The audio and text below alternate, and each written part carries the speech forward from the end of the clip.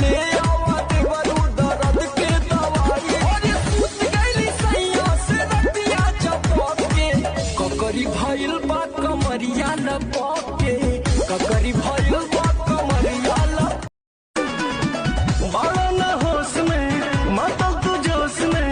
लागे न देबो भैये ये राजा जी मुआइए देवा का तू काम जहुआइए देवा का ऊंचा आवाज में ना बोलस बाबो हमरा के डांट के नो हो कोहरे ले प्यार वो तो हमारा के सिनवा से साथ के नो हो बहला ना बिजोया ऊंचा आवाज में ना बोलस बाबो हमरा के डांट के नो हो कोहरे ले प्यार वो तो हमारा के सिनवा से साथ के नो हो बहला ना बिजोया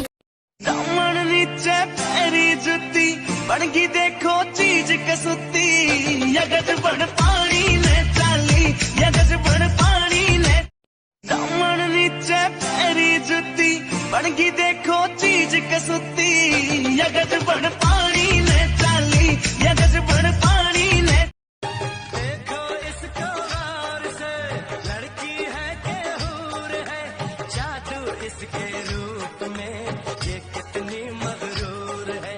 देखो जब देखो इसे दिल धड़के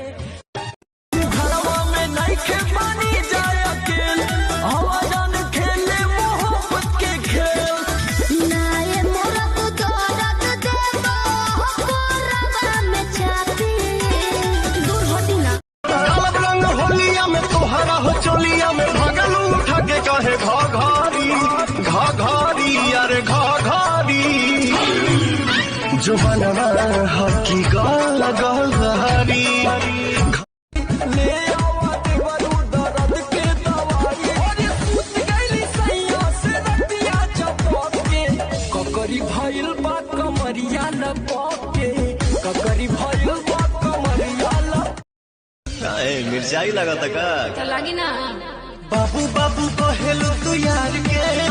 तो गोभी में खलाई कुका भतार के बाबू बाबू कहेलू तू यार के तो गोभी में बाड़ा न होश में मातल तू जोश में लागे न देबो भैये ये राजा जी मुआइए देवा का तू काम जहुआइए देवा का सुनावा लेकर फोटो थी अगुओं की लाइन लगी लेके फोटो थी अगुओं की लाइन लगी तू ही आई पसंद छाटते छाटते ऊंचा आवाज में ना बोलस बाबो हमरा के डांट के नो हो कोहरे ले प्यार वो तो हमारा के सिनवा से साथ के नो हो बहला ना बिजोया दामन नीचे पैरी जुती बनगी देखो चीज कसुती यगज बन पानी ने चाली यगज बन पानी ने दामन नीचे पैरी जुती बनगी देखो चीज कसुती यगज बन पानी ने चाली यगज बन पानी ने नमस्कार प्रणाम, कैसे हैं? हम हैं यहाँ सबके मिथिलेश प्रेमी और आज हो रहा है शूटिंग, देख सकते हैं। और इधर देख सकते हैं आप